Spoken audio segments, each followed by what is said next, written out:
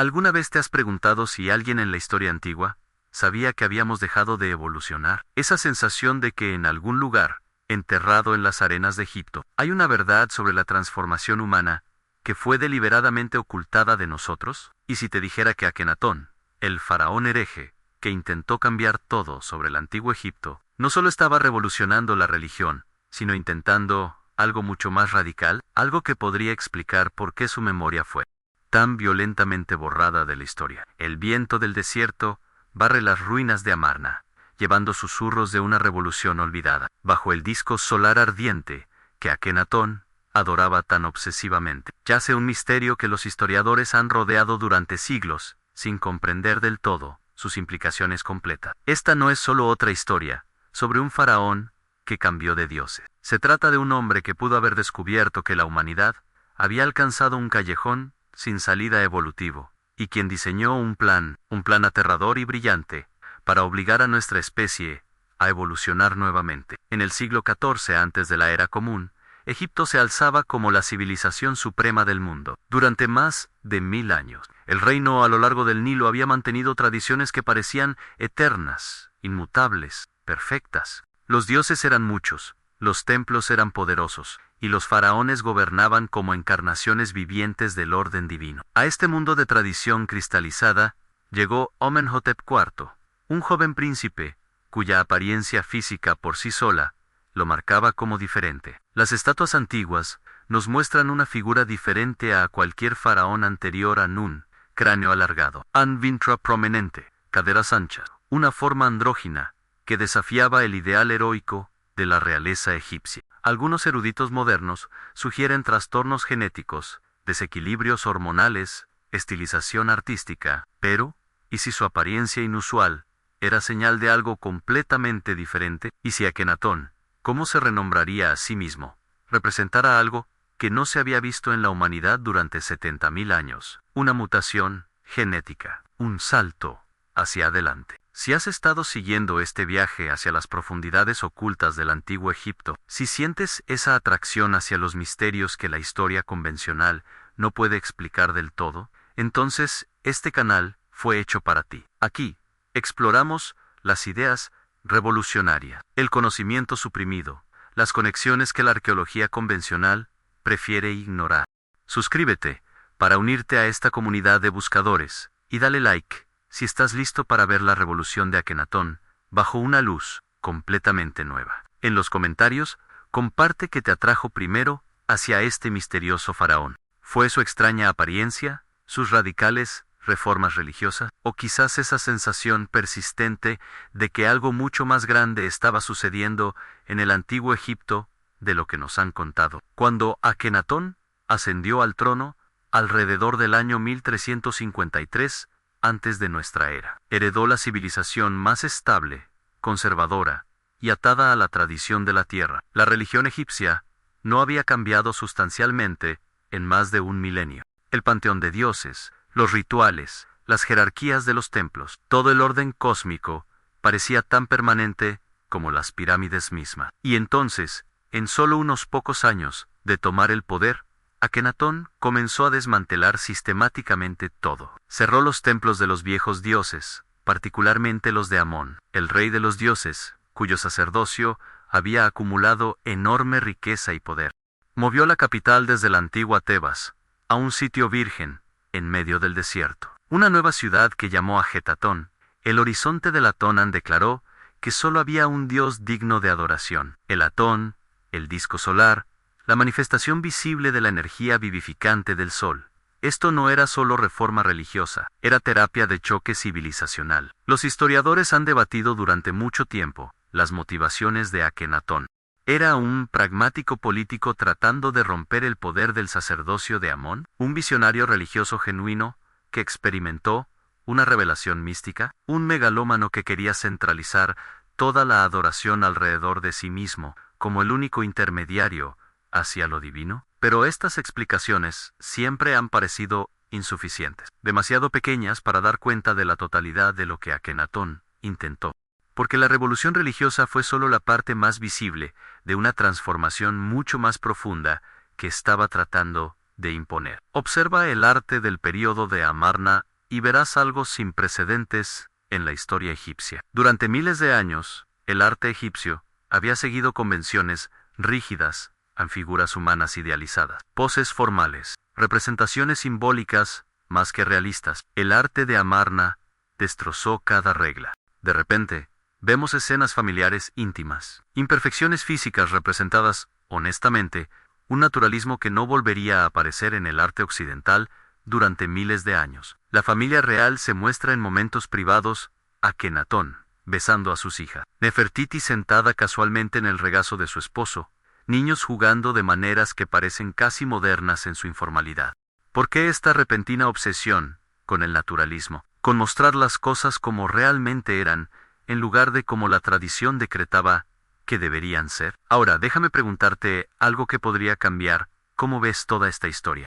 Tú también lo sientes, ¿verdad? Esa sensación de que Akenatón descubrió algo, comprendió algo sobre la naturaleza humana y el potencial humano que aterrorizó tanto al establishment que tuvieron que borrarlo de la historia. Escribe en los comentarios: Akenatón sabía la verdad. Quiero ver cuántos de nosotros sentimos que hay una capa más profunda en esta historia, algo que conecta su revolución con preguntas fundamentales sobre la evolución humana y la conciencia. Tu voz importa aquí, y juntos podríamos descubrir lo que los antiguos sacerdotes intentaron tan arduamente enterrar. Aquí está lo que la egiptología convencional nos dice sobre la evolución humana y el antiguo Egipto. Para cuando se construyeron las pirámides, hace alrededor de 4.500 años, los humanos habían sido anatómicamente modernos durante más de 60.000 años. Nuestros cerebros no habían crecido más. Nuestros cuerpos no habían cambiado significativamente. Éramos, biológicamente hablando, idénticos a las personas que viven hoy. La evolución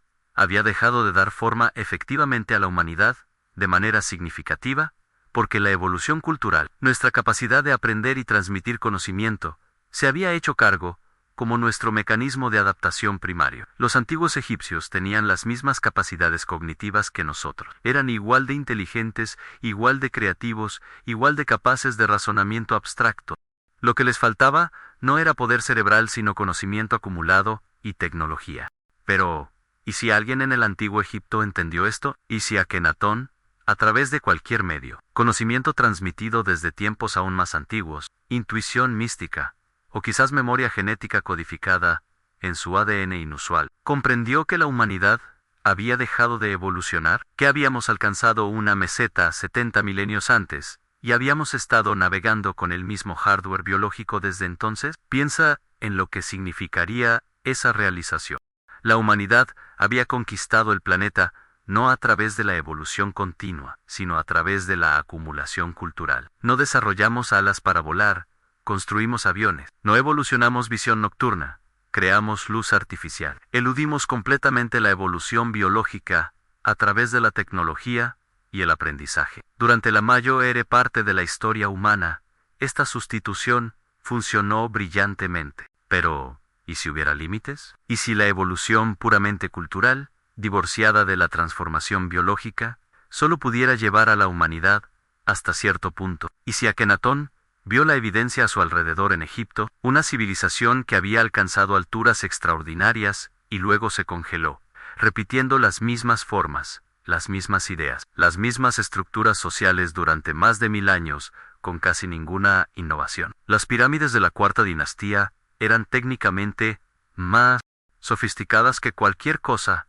construida en el siguiente milenio. Las matemáticas egipcias, impresionantes como eran, nunca se desarrollaron más allá de la aritmética práctica y la geometría. Su conocimiento médico era extenso, pero no había avanzado fundamentalmente en siglos. Habían alcanzado una meseta, no porque carecieran de inteligencia, sino porque toda su civilización se había optimizado para la estabilidad en lugar de la transformación, para preservar el orden perfecto que creían haber alcanzado, en lugar de buscar nuevas posibilidades. Ahora, aquí es donde se vuelve verdaderamente extraordinario. La revolución de Akenatón no fue caos aleatorio. Cuando la examinas de cerca, cada elemento parece diseñado para hacer una cosa específica. Forzar a la mente humana a salir de su estasis evolutiva, creando estrés sin precedentes y presión de adaptación.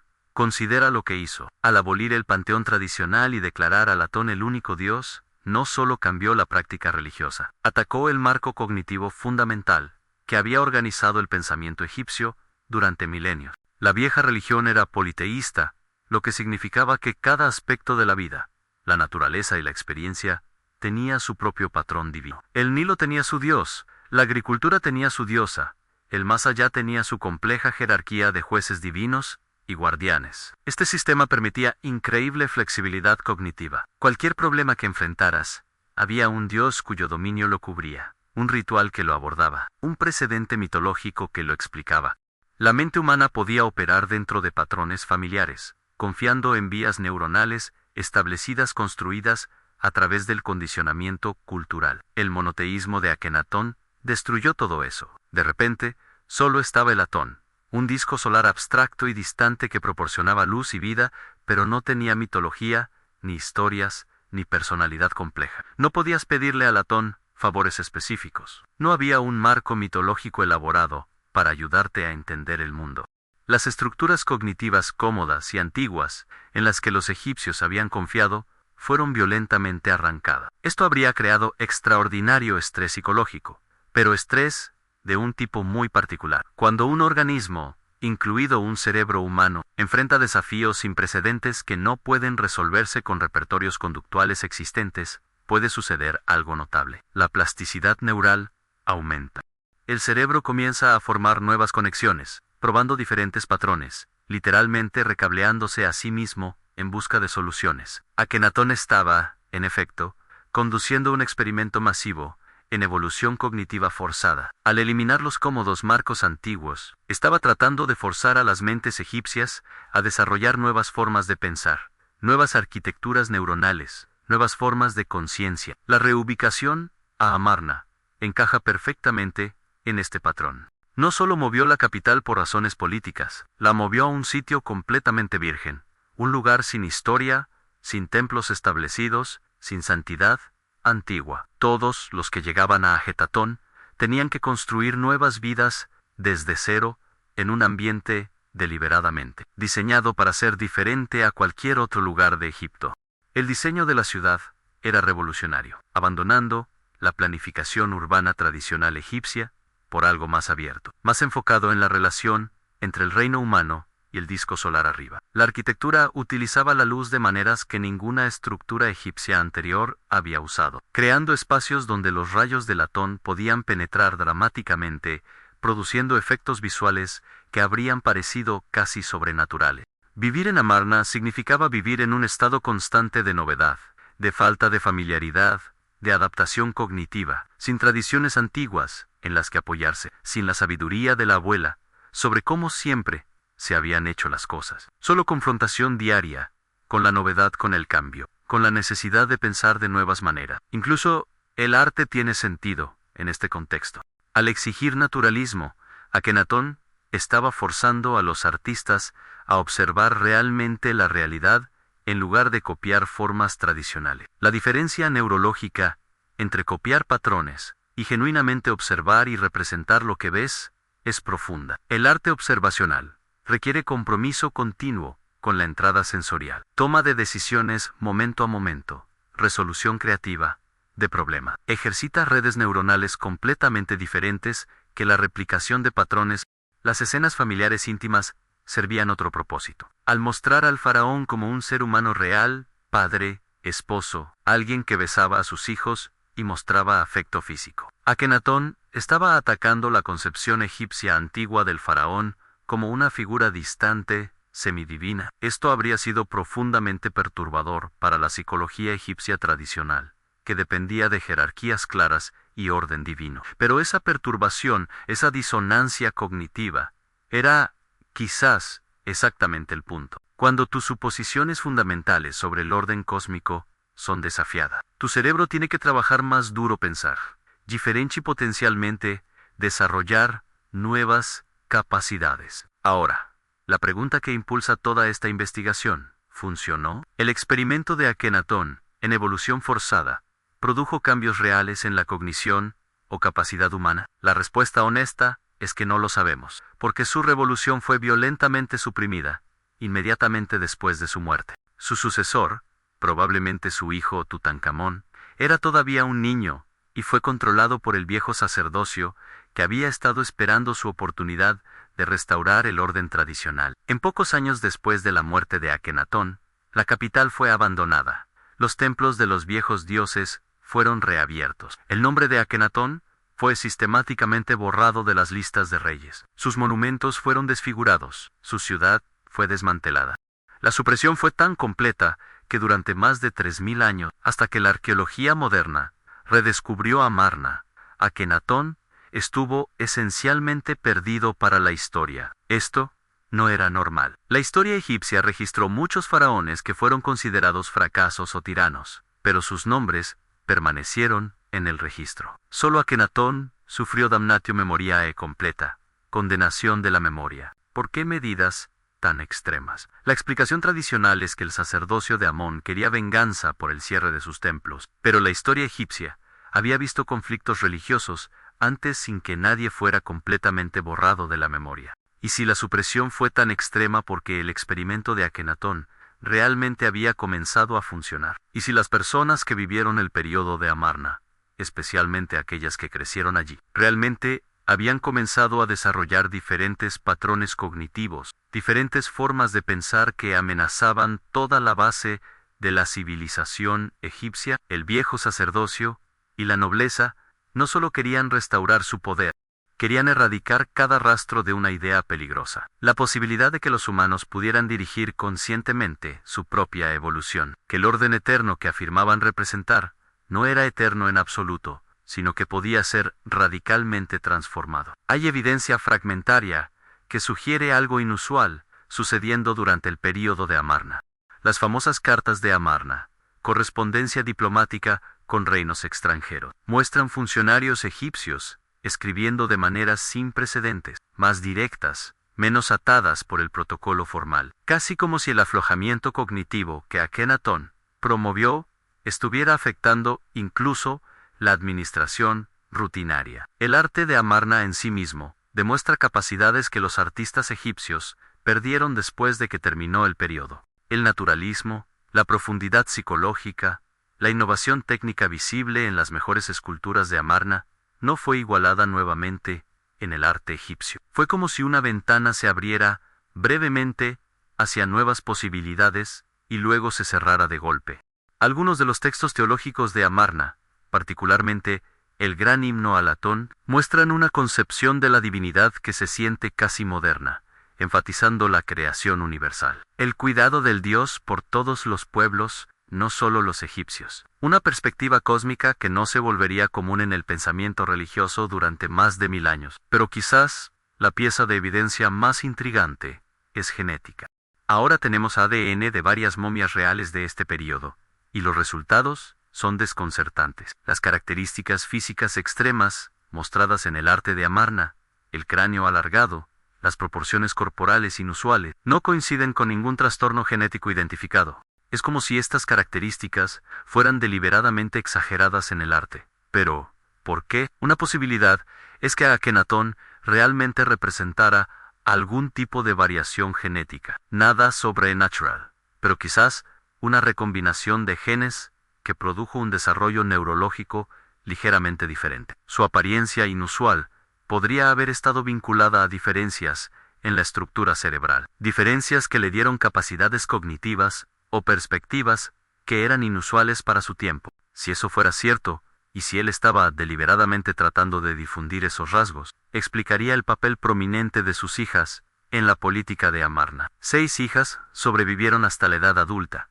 y varias se casaron con funcionarios importantes. Si el objetivo de Akenatón era introducir nuevo material genético en la élite egipcia, tener muchas hijas y casarlas estratégicamente sería un enfoque efectivo.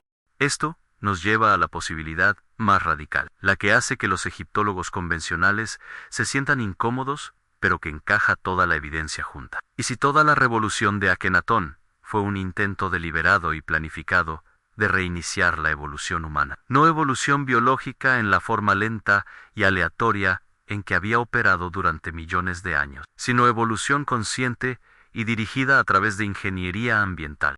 Crear estrés psicológico masivo a través de la revolución religiosa forzar a las personas a entornos completamente nuevos, a través del traslado a Amarna, exigir nuevos enfoques cognitivos a través del naturalismo artístico y la abstracción teológica, introducir variaciones genéticas potencialmente beneficiosas a través de matrimonios estratégicos. Si fueras una persona altamente inteligente en el antiguo Egipto, que de alguna manera hubiera obtenido acceso al conocimiento sobre la estasis evolutiva, que entendiera que la humanidad había estado funcionando con el mismo sistema operativo biológico durante 70.000 años. ¿No sería este exactamente el tipo de experimento que podrías diseñar? La adoración al Atón en sí misma adquiere un nuevo significado bajo esta luz. El Sol no es solo un dios para Akenatón, es la fuente de toda energía, toda vida, toda transformación en la Tierra. Los himnos enfatizan el papel del Atón en hacer crecer las cosas, en la creación y recreación constante. Akenatón se está posicionando como el único intermediario hacia este poder transformador, el que entiende cómo canalizarlo hacia el avance humano. La famosa escena del arte de Amarna, mostrando los rayos del Atón terminando en manos que se extienden para tocar a la familia real, no es solo simbolismo religioso, es un diagrama de energía dirigida, de poder fluyendo desde una fuente cósmica a través de un conducto humano para efectuar transformación física. Aquí está la parte aterradora. Si Akenatón estaba intentando forzar la evolución humana, y si el experimento fue violentamente suprimido porque estaba funcionando, entonces hemos estado viviendo, durante 3.000 años, con las consecuencias de esa supresión. La humanidad permaneció en estasis evolutiva, navegando en desarrollo cultural y tecnológico, mientras nuestras bases biológicas y cognitivas permanecieron congeladas. Construimos civilización industrial, dividimos el átomo, enviamos sondas a otros planetas, todo con cerebros de la edad de piedra, que no habían cambiado fundamentalmente. Y ahora, enfrentamos desafíos: cambio climático, inteligencia artificial, ingeniería genética, que pueden requerir capacidades cognitivas que simplemente no tenemos. Y si el experimento de Akenatón, si se le hubiera permitido continuar, habría dado a la humanidad el impulso evolutivo que necesitábamos, y si la siguiente fase de la evolución humana se suponía que comenzara hace 3.300 años en la ciudad desértica de Amarna, y todavía estamos esperando porque el viejo sacerdocio ganó. O, y esto es quizás más esperanzador, y si el experimento de Akenatón sí funcionó, solo que no de la manera que él pretendía, y si la revolución de Amarna plantó semillas de ideas que eventualmente remodelarían la conciencia humana, el monoteísmo se extendió desde el Medio Oriente a través de la mitad del mundo, transformando como miles de millones de personas pensaban sobre la divinidad y el orden cósmico. El arte naturalista eventualmente regresaría, impulsando el renacimiento y las técnicas representacionales modernas. La idea misma de que las sociedades humanas podían ser radicalmente transformadas, que los órdenes antiguos podían ser derrocados a favor de nuevas visiones, esta conciencia revolucionaria que Akenatón encarnó, se convertiría en una de las fuerzas impulsoras de la historia humana. Tal vez la evolución no siempre es biológica. Tal vez la siguiente fase del desarrollo humano no se trata de cerebros más grandes o mejores cuerpos, sino de evolución memética, la evolución de las ideas, extendiéndose a través de la cultura, a velocidades que la evolución biológica nunca podría igualar. Estamos ahora en nuestro propio momento umbral, notablemente similar al que Akenatón enfrentó. Hemos reconocido que la evolución biológica ha dejado de dar forma a la humanidad de maneras significativas. Hemos desarrollado tecnologías que podrían permitirnos dirigir conscientemente nuestro propio desarrollo genético y cognitivo. Enfrentamos desafíos a escala planetaria que parecen exceder nuestras capacidades actuales para abordarlos, y nos estamos haciendo la misma pregunta que a Akenatón debe haberse hecho hace 3.300 años. Aceptamos la estasis evolutiva, confiando en que el desarrollo cultural y tecnológico solo será suficiente. O damos el paso radical de tratar de forzarnos a evolucionar, de convertirnos en algo más de lo que actualmente somos. La respuesta de Akenatón fue clara. Eligió la transformación, sabiendo que sería dolorosa, disruptiva, posiblemente destructiva. Quemó el viejo orden y construyó algo sin precedentes en su lugar. Y por esa elección fue borrado de la historia, su ciudad abandonada, su revolución suprimida tan completamente que solo el accidente arqueológico nos permitió redescubrirlo 3 milenios después. Pero la memoria es persistente. La verdad tiene una manera de sobrevivir incluso a los intentos más completos de borrarla. Los vientos que soplan a través de las ruinas de Amarna todavía llevan susurros de lo que se intentó allí, y quizás advertencias sobre lo que sucede cuando la humanidad se niega a dar el siguiente paso evolutivo. El sol se pone sobre el desierto, como lo ha hecho durante miles de millones de años, indiferente a las luchas y sueños humanos. Pero durante 17 años, durante el siglo XIV, antes de nuestra era, un hombre miró ese sol poniente y vio no solo un dios, sino un símbolo de transformación, de energía que podía ser canalizada hacia el avance humano, de posibilidades que aterrorizaron a los guardianes del orden antiguo tan completamente que tuvieron que destruir cada rastro de su visión. Akenatón fracasó, al menos en el término inmediato. Su revolución duró solo mientras vivió. Pero la pregunta que hizo, la posibilidad que planteó, permanece con nosotros hoy. ¿Puede la humanidad evolucionar conscientemente? ¿Deberíamos? ¿Y qué estamos dispuestos a sacrificar? ¿Qué órdenes cómodos estamos dispuestos a quemar para dar ese siguiente paso? La respuesta puede determinar si permanecemos para siempre congelados en la meseta evolutiva que alcanzamos hace 70.000 años, o si finalmente completamos la transformación que un faraón hereje intentó comenzar en el desierto ardiente del antiguo Egipto. La elección, como lo fue para Akenatón, es nuestra.